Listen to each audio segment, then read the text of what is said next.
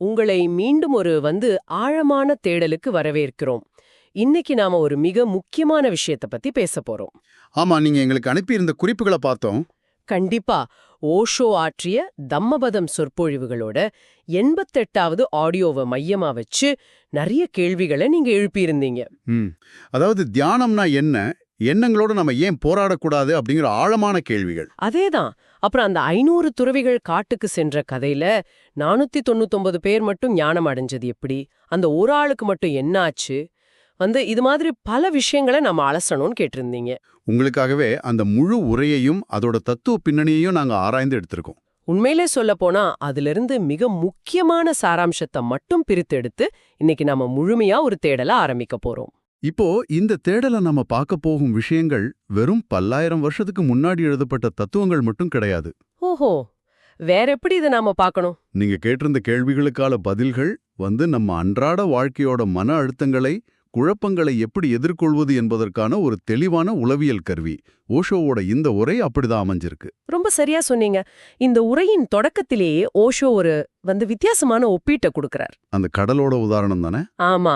கடலோட எந்த பகுதியை நீங்க ருசித்து பார்த்தாலும் அது எப்படி உப்பாவே இருக்குமோ அதே போல புத்தர், இயேசு, கிருஷ்ணர் என எந்த ஞானியை நீங்க ருசித்து பார்த்தாலும் அங்கே ஒரே ஒரு சுவைதான் இருக்குன்னு சொல்றார். அது தியானம் அல்லது விழிப்புணர்வு. எக்ஸாக்ட்லி. இது கேட்பதற்கு ரொம்ப அழகா இருக்கு. ஆனா நடைமுறையில இந்த ஒரே சுவை அப்படிங்கறத நாம எப்படி புரிஞ்சுக்கிறது? அத புரிஞ்சிக்க இப்போ ஓஷோ பயன்படுத்துற பிகார் அப்படிங்கிற வார்த்தையை நாம கவனிக்கணும். பிகார் அப்படின்னா வாழும் கலை. வாழும் கலைன்னா இப்போ அந்த சேற்றில் இருக்கும் தாமரை போல வாழ்வது அதுவா? அதேதான். தாமரை சேற்றில் தான் இருக்கும், தண்ணில தான் இருக்கும். ஆனா அந்த சேரோ தண்ணியோ அதோட இலைகளை ஒட்டாது. அதே போல இந்த உலகத்துல வாழ்றது, ஆனா அந்த உலகம் நமக்குள் இல்லாம பார்த்து கொள்வதுதான் அந்த பிகார் நிலை. அந்த விழிப்புணர்வு நிலைதான் எல்லா ஞானிகளிடமும் பொதுவான சுவையா இருக்கு. நீங்க இந்த தாமரை உதாரணத்தை சொல்லும்போது ஓஷோ குறிப்பிடும் அந்த ஜென் குருவின் கதை தான் எனக்கு ஞாபகத்துக்கு வருது. சொல்லுங்க, அது ரொம்ப சுவாரஸ்யமான கதையாச்சு. ஒரு ஜென் குரு எப்பவுமே தன் சீடர்களிடம் ஆற்றில் இறங்கி நடங்கள், ஆனா தண்ணீர் உங்களை தொடாமல் பார்த்து கொள்ளுங்கள் அப்படின்னு சொல்வாராம். சீடர்களுக்கு ஒரே குழப்பமா இருந்திருக்கும். கண்டிப்பா. ஒரு நாள் அந்த குருவே ஆற்றில் இறங்கி நடப்பதை பார்த்த சீடர்கள், நீர் உங்களை தொடுகிறதே அப்படின்னு கேட்டிருக்காங்க. அதுக்கு அந்த குரு என்ன சொன்னார்? தண்ணீர் என் உடலை தொடுகிறது, ஆனால் என்னை அது தொடவில்லை அப்படின்னு சொல்லியிருக்கார். ஆழமான ஒரு பதில் இது. ஆனா இது ஒரு தத்துவமா பார்க்கும்போது புரியுது. சாதாரண மனிதர்கள் வாழ்க்கையோட இதை எப்படி பொருத்தி பார்ப்பது? ஏன் அப்படி கேக்குறீங்க? தண்ணீர் உடலை தொடுது, ஆனால் என்னை தொடல அப்படின்னு சொல்வது ஒரு வகையான மனப்பிழவு போல தோன்றவில்லையா? அதாவது ஒரு டிசோசியேஷன் மாதிரி. இல்ல, இது மனப்பிழவு கிடையாது. இது முழுமையான ஒரு விழிப்புணர்வு நிலை. இத மிக எளிதா உங்க வாழ்க்கையோட பொருத்தி பாருங்க. சரி, எப்படி? இப்போ நீங்க கோவப்படுறீங்கன்னு வச்சுப்போம். அந்த தருணத்துல நீங்க கோபமாகவே மாறிடுறீங்க. ஆனா விஹார் நிலையில இருப்பவர் தனக்குள் கோபம் எழுவதை கவனிப்பார். ஓ, அவர் அந்த கோபத்தோட ஒன்றி போக மாட்டார். சரியா சொன்னீங்க. என் உடலிலும் மனதிலும் இப்போது ஒரு சலனம் நடக்கிறது அப்படிங்கறத வேடிக்கை பார்ப்பார். அப்போ அன்றாட செயல்களுக்கும் இது பொருந்துமா? நிச்சயமா. நீங்க சாப்பிடும்போதோ அல்லது காலையில உடையணியும் போதோ இந்த உடல் தான் சாப்பிடுது, இந்த உடல் தான் உடையணியுது, நான் இதை வேடிக்கை பார்க்கும் வெறும் சாட்சி அப்படின்னு உங்களால உணர முடிஞ்சா அதுதான் தியானம். ஒரு செயலை நாம செய்யறோம், ஆனா அந்த செயலாகவே நாம மாறிவிடுவதில்லை. எக்ஸாக்ட்லி. அந்த பற்றுதல் இல்லாத தன்மைதான் தண்ணீரை கடந்து செல்லும் குருவின் மனநிலை. அதாவது எல்லாவற்றையும் ஒரு மூன்றாம் நபரை போல பார்ப்பது. அருமை. சரி, அடுத்ததா தேசனா, அதாவது உண்மையான போதனை பத்தி ஓஷோ பேசுறார். ஆமா, தேசனா பற்றி ரொம்ப தெளிவா விளக்கியிருப்பார். நாம பொதுவா தர்மம் செய்வதும் தானம் செய்வதும் புண்ணியம்னு நினைப்போம். ஆனா அது உண்மையான அறம் கிடையாதுன்னு அவர் அதை முற்றிலுமா நிராகரிக்கிறார். இது கொஞ்சம் முரண்பாடா இருக்கே. முரண்பாடு மாதிரி தோணும், ஆனா தானம் செய்வது தவறுன்னு அவர் சொல்லவே இல்ல. ஓஹோ, அப்புறம் ஏன் அப்படி ஒரு விமர்சனம்? எந்த மனநிலையிலிருந்து அது செய்றீங்க அப்படிங்கிறது தான் கேள்வி. சொர்க்கம் கிடைக்கும் என்ற ஆசையிலோ அல்லது நரகம் கிடைக்கும் என்ற பயத்திலோ செய்யப்படும் தானமோ தர்மமோ உண்மையானது அல்ல அப்படிங்கிறார். ஓஹோ, அதாவது ஒரு பலனை எதிர்பார்த்து செய்யறது. ஆமா, அது வெறும் வியாபாரம். எனக்கு புண்ணியம் வேணும் அப்படிங்கிறதுக்காக ஒருவருக்கு நீங்க உதவி செஞ்சா அங்கே மையம் கொண்டிருப்பது உங்கள் சுயநலமே தவிர அந்த செயல் அல்ல. ரொம்ப ஆழமான ஒரு பார்வை இது. ஒரு விஞ்ஞானி எப்படி நெருப்பு சுடும் அப்படின்னு ஒரு உண்மையை மட்டும் சொல்வாரோ, அதை தொடலாமா வேண்டாமா என்பதை உங்களிடமே விட்டுடுவாரோ, அதே போலதான் புத்தரின் போதனைகளும். புத்தர் எந்த கட்டளையும் இடுவதில்ல. ஆமா, உண்மையை மட்டும் எந்த அச்சமும் ஆசையும் இல்லாம சொல்வதுதான் தேசனா. இதனாலதான் வார்த்தைகளை விட மௌனம் சிறந்ததுன்னு ஓஷோ அந்த பேராசிரியரின் கதைய சொல்றாரா? கண்டிப்பா, அந்த பேராசிரியர் கதை இந்த இடத்துல ரொம்ப பொருத்தமா இருக்கும். பௌத்த தத்துவங்களை எல்லாம் கரைத்து குடித்த ஒரு பேராசிரியர் ஒரு ஜென் குருவிடம் வந்து தனக்கு சுருக்கமா தத்துவத்தை போதிக்கும்படி கேட்கிறார். அந்த குரு அமைதியாகவே இருக்கார். பேராசிரியருக்கு அது புரியல. அவர் தொடர்ந்து நச்சரிக்கவே குரு மணல்ல தியானம் அப்படின்னு எழுதுறார். ஆமா, மீண்டும் மீண்டும் பேராசிரியர் கேட்க குரு 3 முறையும் தியானம் என்றே எழுதுறார். என்ன இதையே எழுதுகிறீர்கள் அப்படின்னு பேராசிரியர் கோபப்படும்போது குரு ஒரு பதில் சொல்றார். வார்த்தைகள் அமைதியை குலைத்துவிடும், தியானம் என்ற சொல்லே ஒரு குறியீடு தான் அப்படிங்கிறார். எனக்கு இதுல ஒரு கேள்வி வருது. குரு அந்த பேராசிரியருக்கு விரிவா விளக்கி இருக்கலாமே, எதற்காக மௌனமாகவும் குறியீடாகவும் பேசணும்? ஏன்னா தியானம் என்பது அறிவார்ந்த விவாதம் கிடையாது. அந்த பேராசிரியர் நிறைய புத்தகங்களை படித்து தன் மூளையை தகவல்களால் நிரப்பி வச்சிருந்தார். அவருக்கு மேலும் சில வார்த்தைகளை கொடுத்தால் அவர் அதையும் ஒரு தர்க்கமாகவே மாற்றுவார், அதானே? எக்ஸாக்ட்லி. தியானம் என்பது எண்ணங்களை விரட்டுவதல்ல, எண்ணங்களை கடப்பது. நிறைய பேர் தியானம் செய்ய உட்கார்ந்தவுடன் எண்ணங்களை அடக்க நினைப்பாங்க. ஒரு எண்ணத்தை நீங்க விரட்ட நினைக்கும் போது அதற்கு நீங்களே சக்தியை கொடுக்கறீங்க. ஆமா, அதோடு சண்டையிடுறீங்க. ஒரு விஷயத்தோட நீங்க சண்டையிட்டா அது உங்களை விடாமல் துரத்தும். எண்ணங்கள் வருவதையும் போவதையும் விருப்பு வெறுப்பின்றி பார்க்கும் அந்த சாட்சி நிலையே தியானம். அந்த நிலையை வார்த்தைகளால் விளக்க முடியாது என்பதை உணர்த்தவே அந்த ஜென் குரு அப்படி செய்தார். எண்ணங்களோடு சண்டையிடக்கூடாது, வெறும் சாட்சியாக இருக்க வேண்டும்னு சொல்வது கேட்பதற்கு எளிதா இருக்கு. ஆனா இத பயிற்சி செய்ய என்ன அடிப்படை தேவை? இதற்காகத்தான் ஓஷோ அந்த 500 துறவிகளின் கதையை எடுக்கிறார். நீங்க அனுப்பியிருந்த குறிப்புகள்ல இது ஒரு மிக முக்கியமான பகுதியா இருந்துச்சு. 500 துறவிகள் காட்டுக்கு சென்று தியானம் செய்றாங்க. ஆனா எதுவுமே கைகூடாம ஏமாற்றத்தோடு புத்தரிடம் திரும்பி வராங்க. அப்போ புத்தர் விதை முளைக்க சரியான நிலம் வேண்டும் அப்படின்னு சொல்லி 3 அடிப்படை விதிகளை கற்றுக் கொடுக்கிறார். இந்த விதிகள் என்ன என்பத நமக்கு கொஞ்சம் விரிவா பார்ப்பது அவசியமா படுது. ஆமா, அந்த 3 விதிகளும் பௌத்த தத்துவத்தின் ஆணிவேர். இவை தியானத்துக்கான நிலத்தை தயார் செய்யும் உளவியல் கருவிகள். முதல் விதி, சப்பே சர்க்காரா அனிச்சா. சப்பே சர்க்காரா அனிச்சா அப்படின்னா அனைத்தும் நிலையற்றவை, இந்த உலகில் எதுவுமே நிரந்தரம் கிடையாது. சரியா சொன்னீங்க. இதை விளக்குவதற்கு ஓஷோ சொல்லும் ஒப்பீடு மிகச்சிறப்பா இருக்கு. தண்ணில கையெழுத்து போடுவதற்கும் மணல்ல எழுதுவதற்கும் பாறையில செதுக்குவதற்கும் உள்ள வித்தியாசத்தை சொல்றார். தண்ணில எழுதினா உடனே அழிந்துவிடும். மணல்ல எழுதினால் காற்றடித்தால் அழியும், பாறையில் எழுதினால் ரொம்ப நாள் கழித்து அழியும். ஆனால் இறுதியில் எல்லாமே அழிந்துவிடும். இத நாம பொதுவாவே ஏத்துக்கிறோம். ஆனா எதற்காக இந்த நிலையற்ற தன்மையை நாம எப்போதும் நினைவில் வச்சிருக்கணும்? ஏன்னா நம்முடைய அத்தனை துக்கங்களுக்கும் காரணம் நிலையற்ற ஒன்றை நிரந்தரம் அப்படின்னு நாம நம்புவதுதான். ஒரு பெரிய மயக்கத்துல நாம இருக்கிறோம். உண்மைதான்.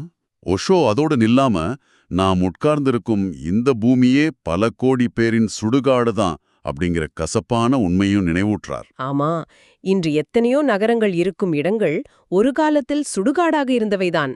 இது ஆழமா உணரும்போது எதையும் பிடித்து தூங்கும் மனநிலை, ஒரு பொருளின் மீதோ அல்லது உறவின் மீதோ உள்ள அளவுக்கதிகமான பற்றுதல் நம்ம விட்டு போயிடும். இதுதான் முதல் படி. இது தொடர்ந்து வரும் 2வது விதி, சப்பே சர்க்காரா துக்கா, அதாவது அனைத்தும் துக்கமே. எனக்கு இந்த 2வது விதியில கொஞ்சம் முரண்பாடு இருக்கு. என்ன முரண்பாடுன்னு சொல்லுங்க.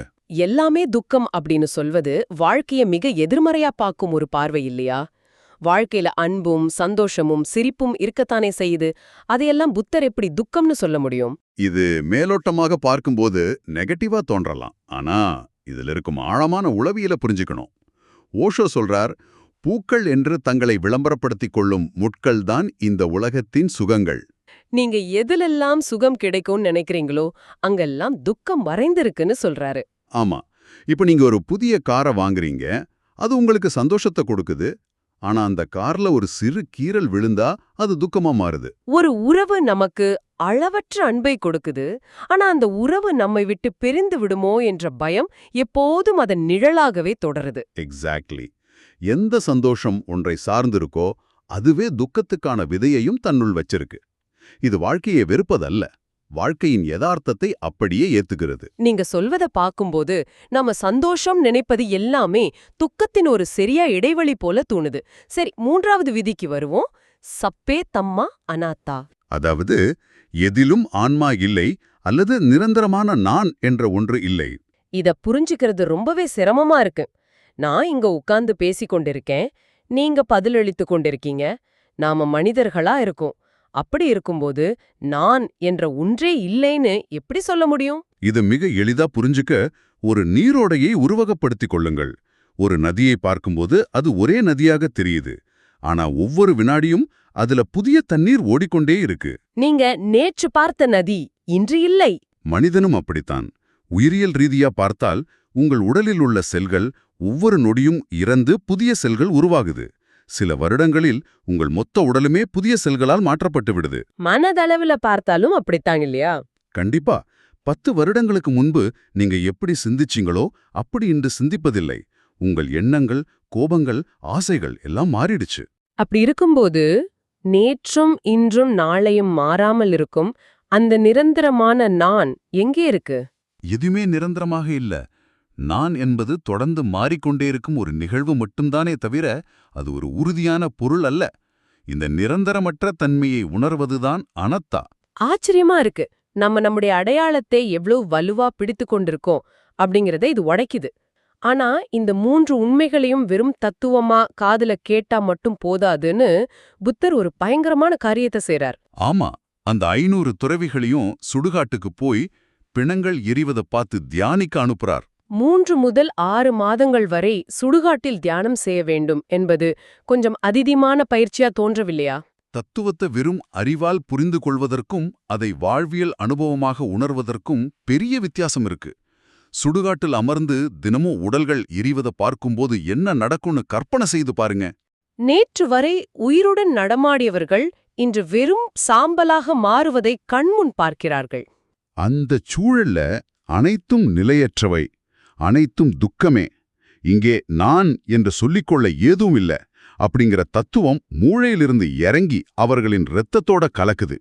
தங்களுக்குள்ளும் ஒரு நாள் இந்த மரணம் நிகழும் என்ற தெளிவு வரும்போது அகங்காரம் முழுமையாக தகர்ந்து போகுது.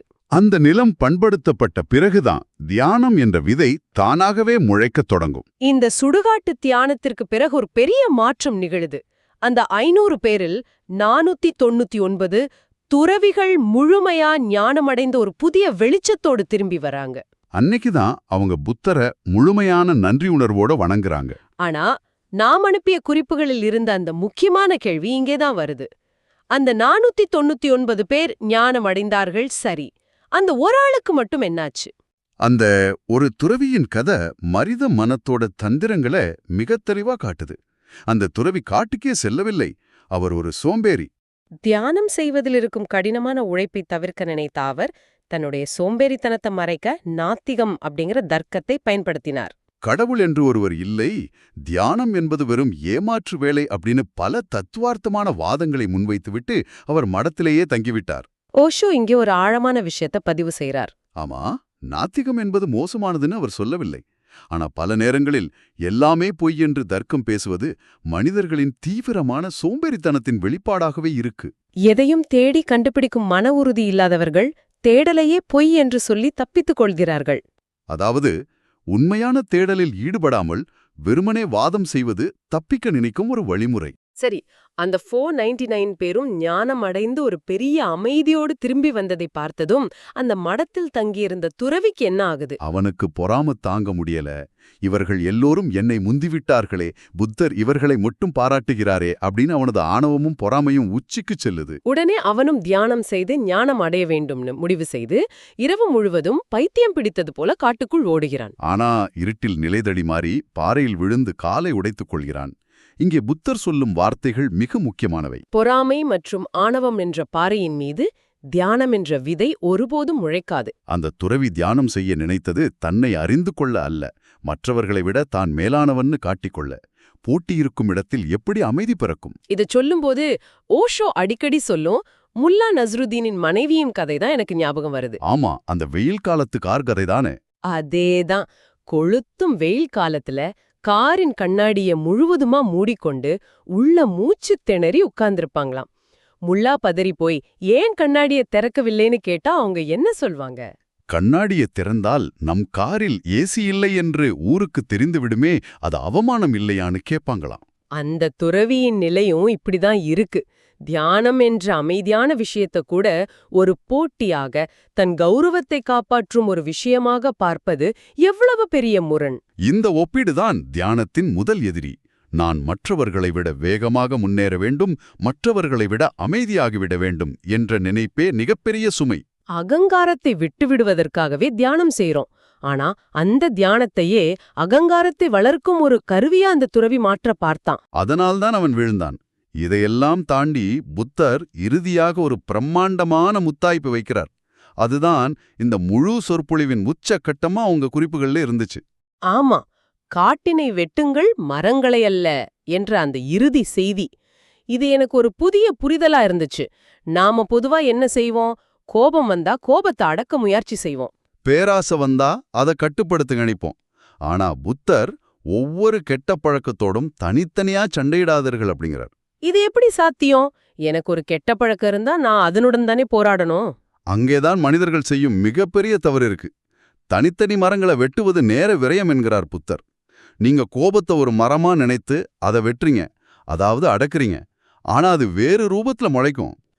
கோபத்தை அடக்குனா அது பேராசையா மாறலாம், காமத்தை அடக்குனா அது வேறொரு வக்ரமா வெளிப்படலாம். ஏன்னா நீங்க கிளைகளை தான் வெட்டுறீங்களே தவிர வேற அல்ல. இந்த எல்லா உணர்ச்சிகளுக்கும் எல்லா நோய்களுக்கும் ஆணிவேர் ஒன்றுதான். அதுதான் நமது விழிப்புணர்வற்ற தன்மை அல்லது மயக்க நிலை. சரியா சொன்னீங்க. நாம் விழிப்புணர்வு இல்லாமல் ஒரு எந்திரம் போல பழக்க வழக்கங்களின் அடிமையா வாழ்வதுதான் அத்தனை பிரச்சனைகளுக்கும் காரணம். எனவே புத்தர் சொல்றார், ஒரு மரமா வெட்டுவதை விட்டுவிட்டு தியானம் என்ற கருவியை கொண்டு அந்த மயக்க நிலை என்ற முழு காட்டையும் ஒரே அடியா வெட்டி வீழ்த்துங்கள். உங்களுக்குள் விழிப்புணர்வு என்ற வெளிச்சம் வந்துவிட்டால் கோபம், பொறாமை, ஆசை என அத்தனையும் இருளைப் போல தானாகவே மறைந்துவிடும். நீங்க அவற்றோடு சண்டையிட வேண்டிய அவசியமே இருக்காது. ஆக வாழ்க்கையில எண்ணங்களோடும் உணர்ச்சிகளோடும் தனித்தனியா சண்டையிடுவதை நாம உடனே நிறுத்தணும். அதற்கு பதிலா எல்லாவற்றையும் ஒரு சாட்சியாக இருந்து வேடிக்கை பார்க்கும் அந்த விழிப்புணர்வை வளர்த்துக் கொள்வதுதான் ஒரே தீர்வு. நீங்க அனுப்பியிருந்த குறிப்புகளோட மையக் கருத்தும் இதுதான். ஓஷோவோட 88வது உரை தியானத்தை ஒரு செயலாக அல்லாமல் ஒரு வாழ்வியல் நிலையாக பார்க்க நமக்கு கற்றுக் கொடுக்குது. நம்முடைய சிந்தனைகளை, நாம் செயல்படும் விதங்களை முற்றிலும் வேறு கோணத்துல பார்க்க இந்த சொற்பொழிவு ஒரு சிறந்த வழிகாட்டியா அமைஞ்சிருக்கு. இந்த தேடலோட இறுதி பகுதிக்கு வந்துட்டோம். இத முடிப்பதற்கு முன் உங்களுக்கான ஆழமான சிந்தனைக்கு ஒரு கேள்வியை வச்சுட்டு செல்றோம். இந்த உலகம் நீங்க காணும் அனைத்தும் ஓஷோ சொல்வது போல ஒரு நீர்க்குமிழியின் மீது விழும் நிழல் மட்டும்தான் என்றால், அந்த நீர்க்குமிழியை இவ்வளவு நேரமாக உள்ளிருந்து வேடிக்கை பார்த்து கொண்டிருப்பது யார்? உங்கள் உடலும் எண்ணங்களும் வெறும் நிழல்கள் என்றால் உண்மையான நீங்கள் யார்? இதை இன்று சற்று அமைதியாக அமர்ந்து சிந்தித்துப் பாருங்க. இந்த பயணத்தை அந்த விழிப்புணர்வை நோக்கிய உங்கள் தேடலுக்கே விட்டுவிடுகிறோம். இந்த தேடலை முடிக்கும் முன் ஒரு சிறிய தகவல். இன்று நாம் அலசிய இந்த மூல காணொளியின் படைப்பாளி உங்களிடம் சொல்ல விரும்பும் ஒரு முக்கிய செய்தியை அப்படியே இங்கே பகிர்கிறோம். இவ்வளவு நேரம் கேட்டதுக்கு ரொம்ப நன்றி. இந்த Tamil voice reads channel monetisation இல்லாம தான் நடக்குது. இந்த ஆடியோ புத்தகம் உங்களுக்கு பயன் தருது என்று நினைத்தால் இந்த முயற்சி தொடர்ந்து போக உங்க ஆதரவு மிகவும் உதவும். என்னுடைய இந்த முயற்சிக்கு நன்கொடை அளிக்க விருப்பமிருந்தால் டிஸ்கிரிப்ஷன்ல கொடுக்கப்பட்டுள்ள UPI ID மூலம் வழங்கலாம். உங்களால் முடிந்த அளவு போதும். சிறிய ஆதரவும் பெரிய உதவிதான். இந்த வீடியோ உங்களுக்கு பயனுள்ளதாக இருந்தா சப்ஸ்கிரைப் பண்ணுங்க, மற்றவர்களுக்கும் பகிர்ந்து கொள்ளுங்கள். இந்த கருத்துக்கள் அவர்களுக்கும் தேவையாக இருக்கலாம். லைக் பண்ணுங்க, உங்க கருத்துக்களை காமெண்ட்ல பகிருங்கள். மனப்பூர்வமான நன்றி. மீண்டும் ஒரு சிறப்பான தேடலில் சந்திப்போம். அதுவரை சிந்தியுங்கள், விழிப்புணர்வோடு இருங்கள்.